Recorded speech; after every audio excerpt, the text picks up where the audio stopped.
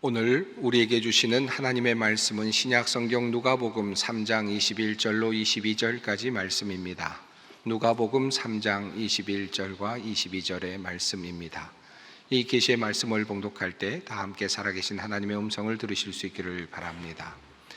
백성이 다 세례를 받을새 예수도 세례를 받으시고 기도하실 때에 하늘이 열리며 성령이 비둘기 같은 형체로 그의 위에 강림하시더니 하늘로부터 소리가 나기를 너는 내 사랑하는 아들이라 내가 너를 기뻐하노라 하시니라.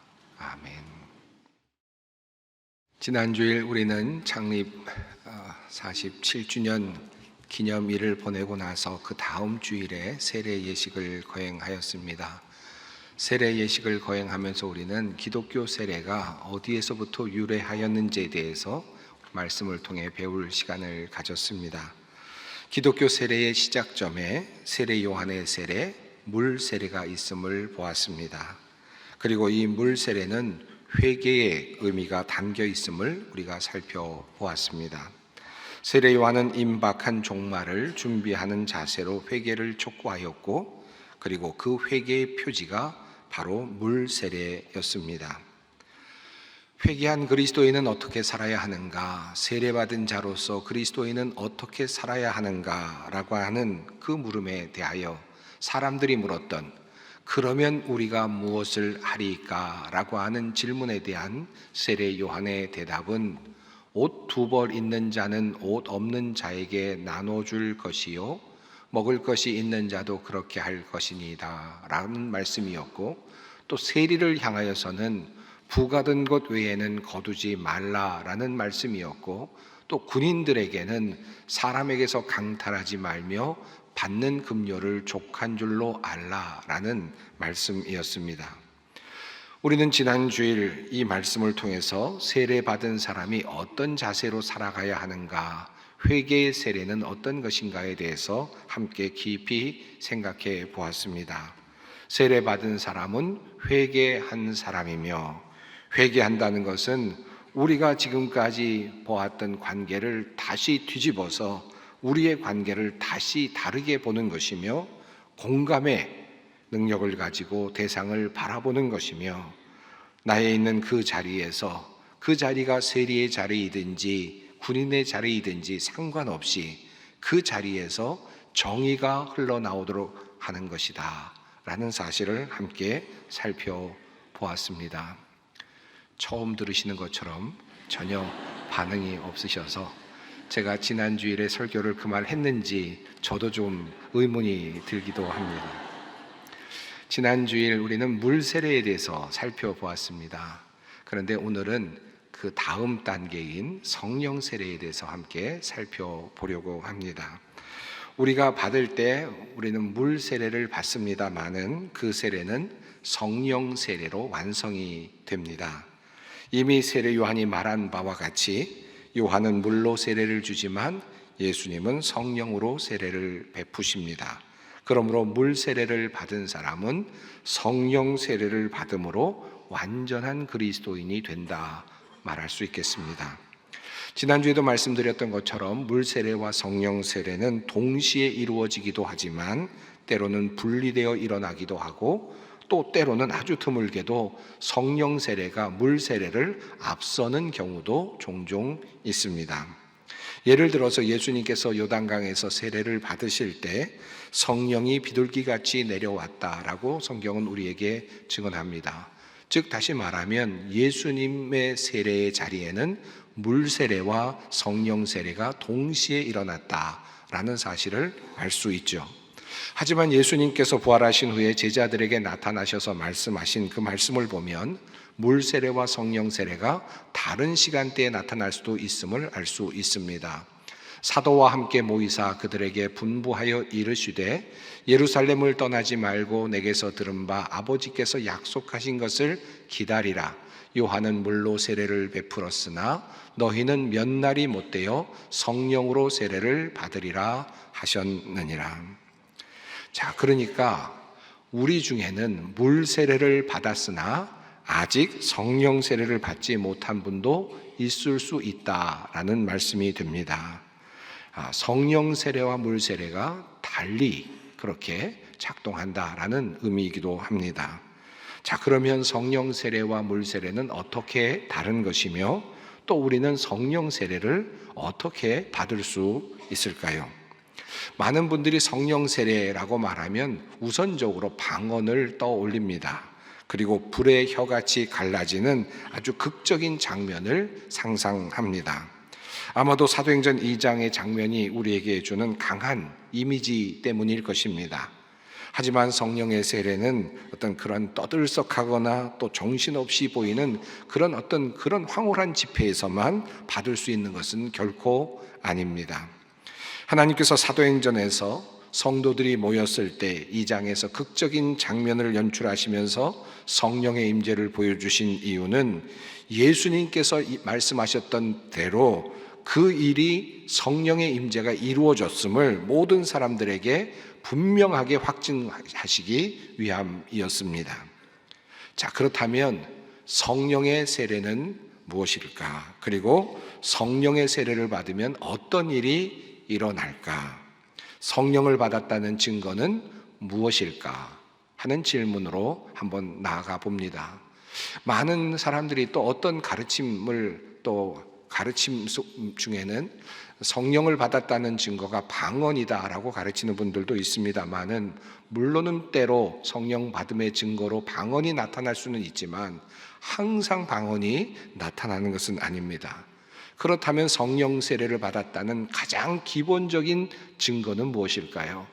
내가 성령 세례를 받았다고 알 수 있는 가장 중요한, 그리고 누구에게나 나타나는 그 분명한 그 현상은 어떤 것일까? 이 질문을 가지고 한번 오늘의 본문을 따라가 보려고 합니다.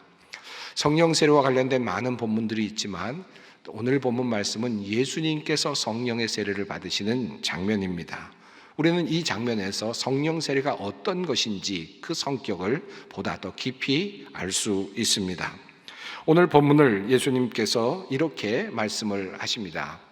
백성이 다 세례를 받을새 예수도 세례를 받으시고 기도하실 때에 하늘이 열리며 성령이 비둘기 같은 형체로 그 위에 강림하시더니 하늘로부터 소리가 나기를 너는 내 사랑하는 아들이라 내가 너를 기뻐하노라 하시니라.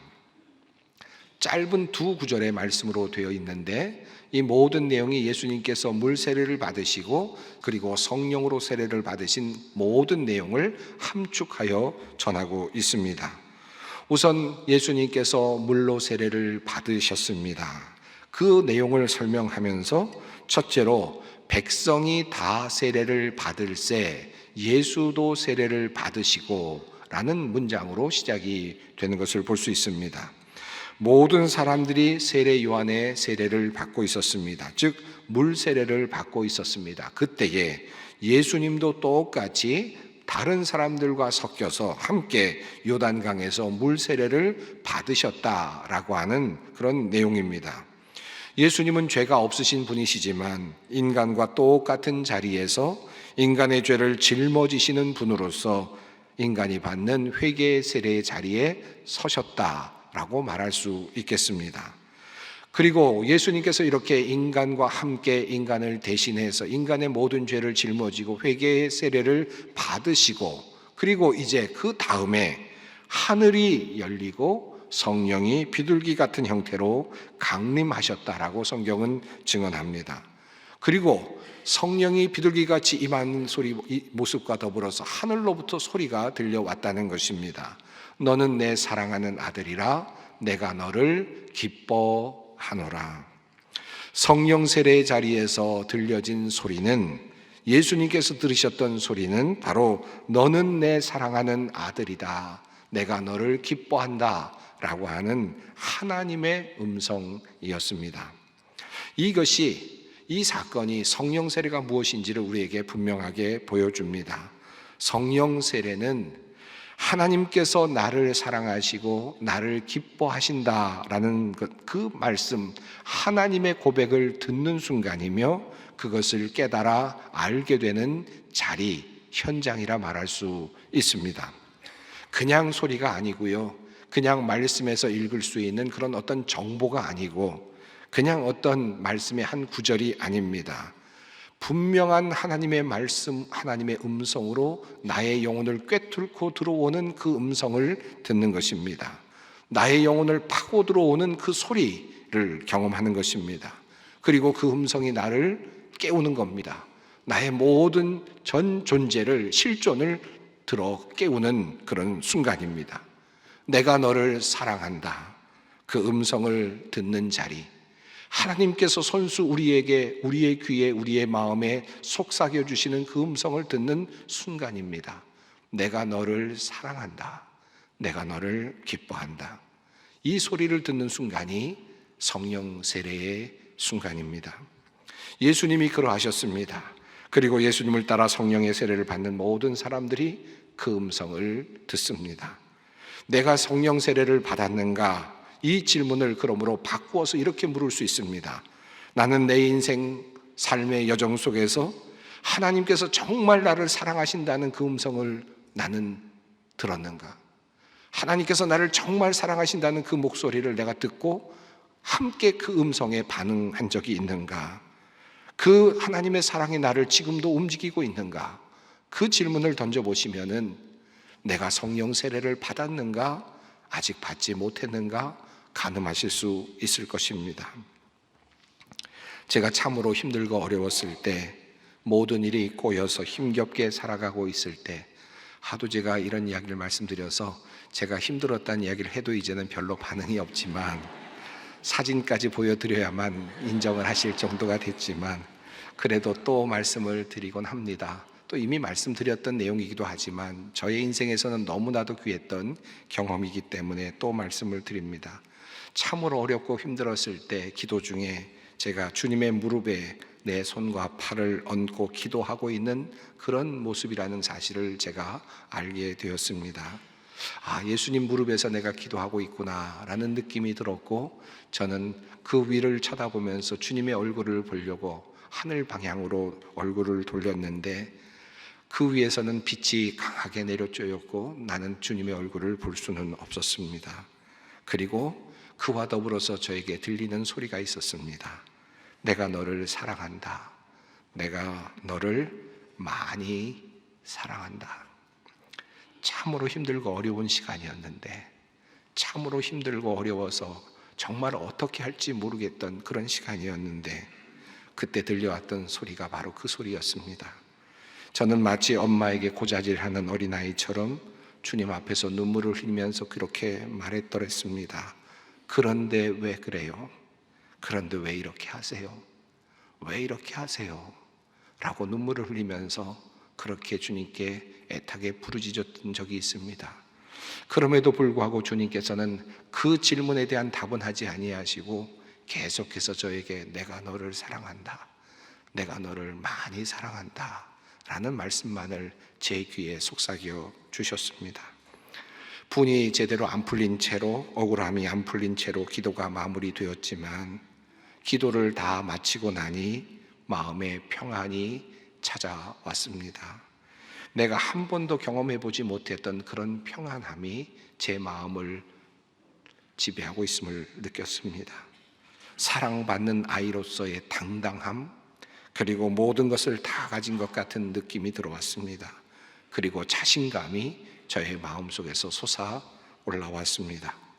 이제는 무엇인가 해도 다 될 것 같았습니다. 아니, 성공할 것 같다는 느낌이 아니라 어떤 일도 감당할 수 있을 것 같다라고 하는 그런 생각이 들었습니다.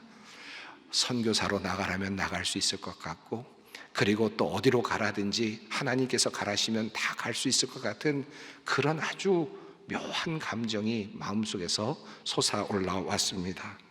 저는 사실은 목회를 하는 것을 매우 두려워했습니다. 그랬던 이유는 매주일 설교 준비할 자신이 없었기 때문입니다. 그리고 새벽마다 어떻게 말씀을 전하나 하는 생각 때문에 저는 가능하면 교수가 되어서 학생들을 가르치는 게 좋겠다라는 그런 마음을 가지고 있었습니다. 그래서 교수가 되기 위해서 8번, 9번을 지원했지만 계속해서 그 길이 막혔습니다. 마음고생을 한참이나 하고 있었는데, 그 경험을 하고 나니까 이제 교수가 안 돼도 좋다. 교수가 안 돼도 괜찮다. 아무런 문제가 되지 않는다라는 생각이 제 마음을 주장하게 되었습니다.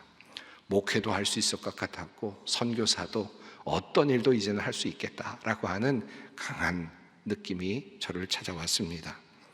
예수님께서 세례를 받으셨을 때도 그런 경험을 하지 않으셨을까요? 물론 예수님은 이미 자기 자신이 하나님의 아들이시라는 사실을 이미 알고 계셨습니다마는 세례의 자리에서 공적으로 다시 한번 확증을 하셨습니다.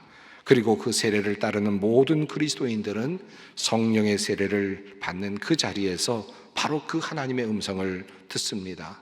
너는 내 딸이다, 내 아들이다, 내가 너를 기뻐한다. 이 음성이 복음이 되고, 그리고 이 음성이 기쁨이 되고, 이 소리가 환희가 됩니다. 여러분 그 소리 들어보셨습니까? 아직 안 들렸습니까? 여러분 그 소리를 꼭 들으시길 바랍니다. 여러분의 실존으로 다가와서 속삭여 주시는 주님의 그 목소리를 꼭 들으시기를 바랍니다. 여러분 우리가 잘 아는 요한복음 3장 16절 말씀이 있죠. 하나님이 세상을 이처럼 사랑하사 독생자를 주셨으니 이는 그를 믿는 자마다 멸망하지 않고 영생을 얻게 하려 하심이라. 여러분 이 문장이 어떻게 보이십니까? 세상을 향한 예수님의 놀라운 업적으로 보이십니까? 그리고 어떤 우리가 잘 알고 있는 신학적인 진리, 지식으로 보이십니까? 이 말씀을 읽는 순간에 하나님이 세상을 이라고 하는 이 말에 세상이 아니고 나라는 말로 바뀌어질 때, 그리고 그것이 느껴질 때, 하나님은 나를 위해서 이 땅에 오셨다. 하나님께서 나를 위해서 예수님을 이 땅에 보내주셨다. 하나님이 나를 사랑하신다라고 하는 이 말씀으로 이 말씀이 느껴질 때 우리는 진정 성령 받았다라고 말할 수 있을 것입니다. 이 말씀이 나를 향한 말씀으로 받아들여지게 될 때 바로 우리는 성령의 은혜를 누리게 되는 것입니다. 이것이 바로 성령 받은 사람의 모습이라 할 수 있습니다. 자, 이렇게 하나님의 사랑받는 자녀로서의 확증, 이 성령 세례의 그 순간은 우리를 또 다른 단계로 이끌어 갑니다. 예수님은 훗날 세례를 받으신 다음에 자기 자신이 받으신 세례를 기억하시면서, 그리고 말씀으로 이사야서를 인용하시면서 이렇게 말씀하셨습니다. 주의 성령이 내게 임하셨으니 이는 가난한 자에게 복음을 전하게 하시려고 내게 기름을 부으시고 나를 보내사 포로된 자에게 자유를, 눈먼 자에게 다시 보게 함을 전파하며 눌린 자를 자유롭게 하고 주의 은혜의 해를 전파하게 하려 하심이라 하였더라. 이 말씀을 읽으시고 이 말씀이 오늘 응하였다라고 그렇게 선언하셨습니다. 주님은 하나님의 성령이 임하셨을 때, 하나님께서 자신에게 성령을 부어주셨을 때 하나님께서 자신에게 기름을 부으셨다라고 그렇게 고백합니다. 그리고 그것을 확신하였습니다. 기름을 붓는다라는 말은 공적인 임무를 부여한다라는 뜻이죠. 구약에서 보면 왕에게, 그리고 선지자에게, 그리고 제사장에게 기름을 부었습니다. 그런데 이제 기름이 부어지지는 않지만, 보이는 기름은 아니지만 성령의 임재는 기름 부으심이었다라는 사실을 지금 예수님은 말씀하고 있는 것입니다. 이제 하나님의 일을 하라고 하시는 공적인 부르심이었습니다. 그리고 예수님은 성령 세례를 받으신 후에 공적인 생애를 시작하셨습니다. 제일 먼저 귀신 들린 사람을 찾으셔서 그에게서 귀신을 쫓아내어 주셨고, 병든 자를 고쳐주셨고, 죽은 자를 살리셨고, 그리고 배고픈 자에게 먹을 것을 주셨고, 절망한 자에게 소망을 주셨습니다.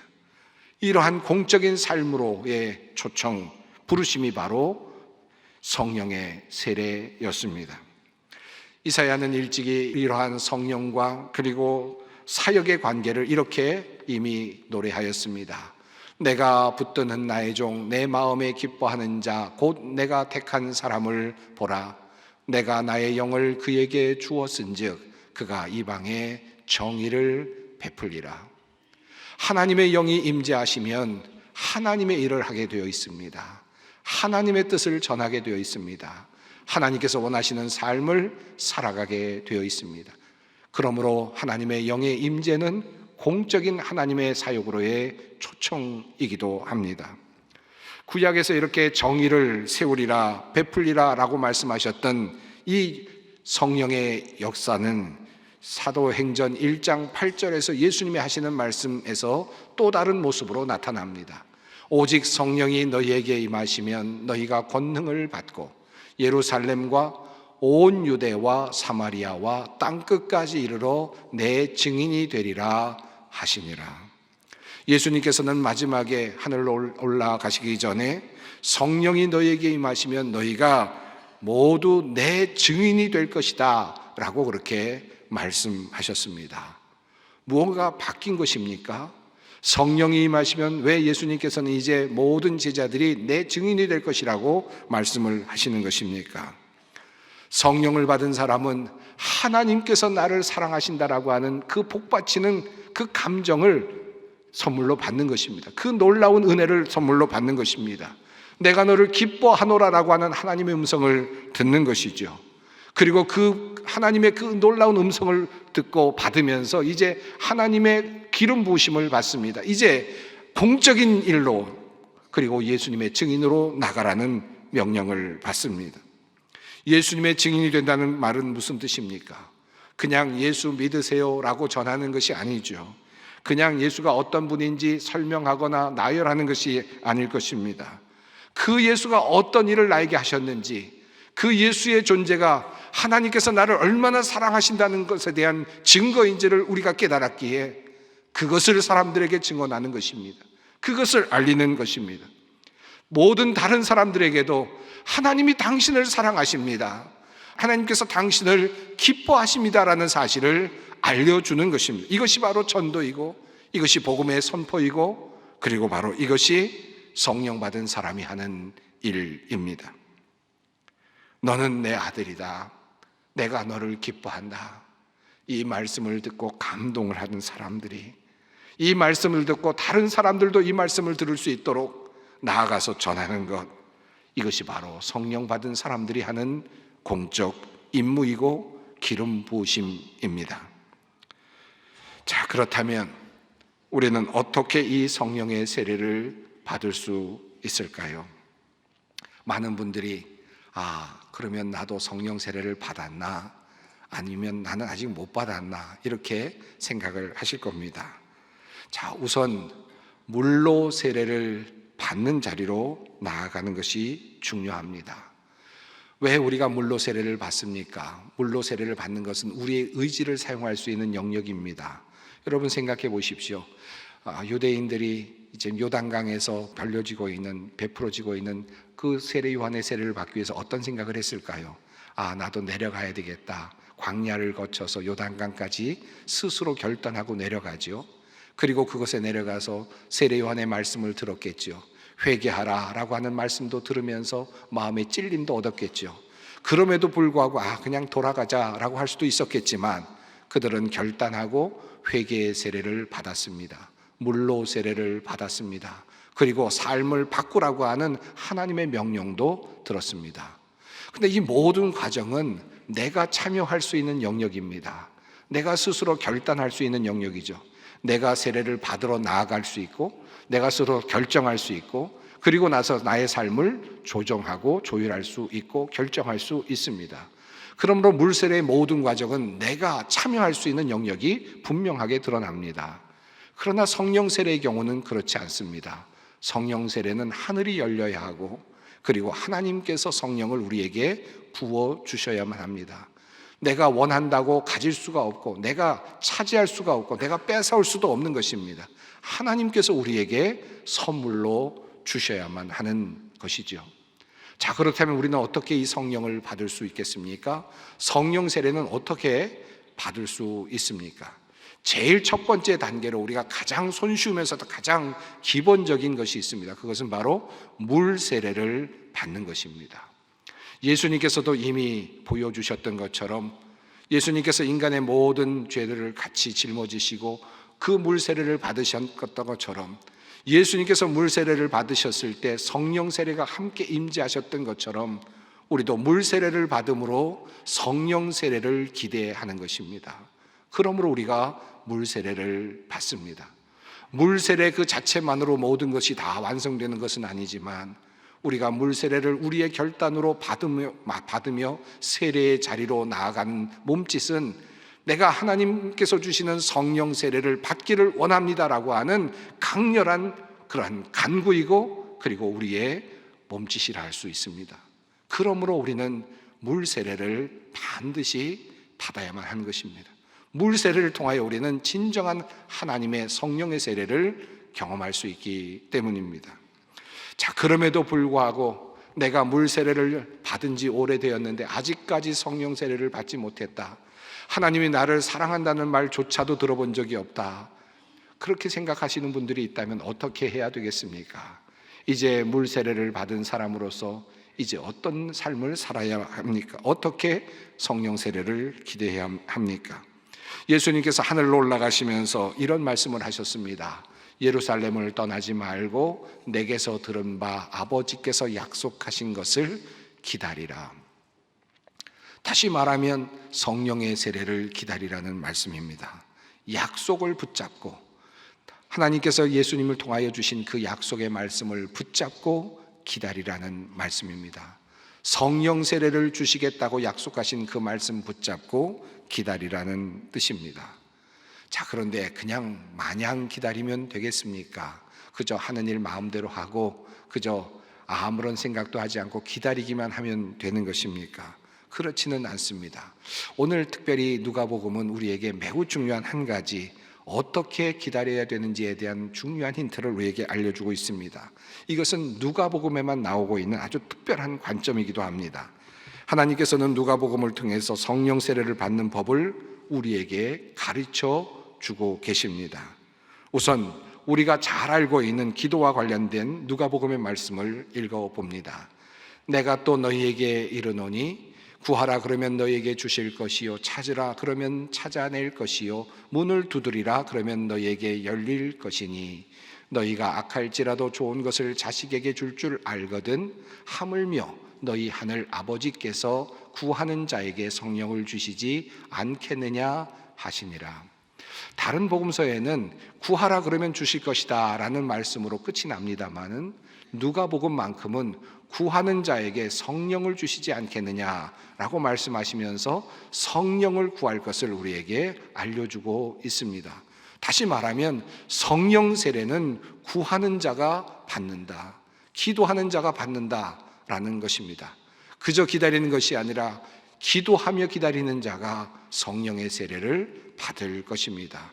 그리고 이 말씀은 구하는 자에게 성령을 주시지 않겠느냐, 반드시 받을 것이다, 구하는 자는 반드시 성령의 세례를 경험하게 될 것이다 라고 하는 확증의 말씀이기도 합니다. 그런데 오늘 본문에도 사실은 그 힌트가 들어 있습니다. 누가복음 오늘 본문 말씀, 이 짧은 본문에도 기도에 대한 힌트가 들어 있습니다. 한번 읽어봅니다. 백성이 다 세례를 받을새 예수도 세례를 받으시고 기도하실 때에 하늘이 열리며. 다른 복음서는 예수님께서 올라오실 때 하늘이 열렸다라고만 기록합니다. 그런데 누가는 분명하게도 그 중간에 매우 중요한 한 가지를 우리에게 알려주고 있습니다. 기도하실 때 성령이 임하셨다. 기도와 성령은 함께 연결되어 있음을 우리에게 알려주고 있습니다. 사랑하는 성도 여러분, 물로 세례를 받은 사람은 성령으로 세례를 받을 것입니다. 그리고 그 성령의 세례는 우리의 삶을 완전히 바꾸어 놓을 것입니다. 하나님께서 나를 사랑하신다는 그 감격으로 살아가게 될 것입니다. 나의 전 존재가 바뀌는 경험을 하게 될 것입니다. 너는 내 사랑하는 딸, 내 사랑하는 아들이라는 이 말씀, 내가 너를 기뻐하노라는 이 주님의 말씀을 붙들고 살아가는 사람이 성령 받은 사람입니다. 그리고 이 놀라운 비밀을 다른 사람들에게 기쁘게 전하는 사람이 바로 성령 받은 사람입니다. 우리 소망의 모든 성도들이 이 성령 받은 사람으로, 성령 세례 받은 사람으로 기쁘게 살아가고 또 복음을 증거하는 증인으로 살아갈 수 있기를 간절히 바랍니다. 함께 기도하겠습니다. 사랑이 많으신 하나님, 우리를 위해 귀한 아들 보내어 주시고 십자가와 죽음의 자리까지 내어 놓으셨습니다. 그리고 성령을 통하여 우리에게 주시는 그 고귀한 말씀, 너는 내 사랑하는 아들, 딸이라 내가 너를 기뻐하노라 말씀하시는 그 음성을 듣습니다. 하나님, 사랑받은 자로서 기쁨으로 살게 하옵소서. 성령의 세례 받은 자답게 복음의 증인으로 살게 하옵소서. 예수님의 이름으로 기도드립니다. 아멘.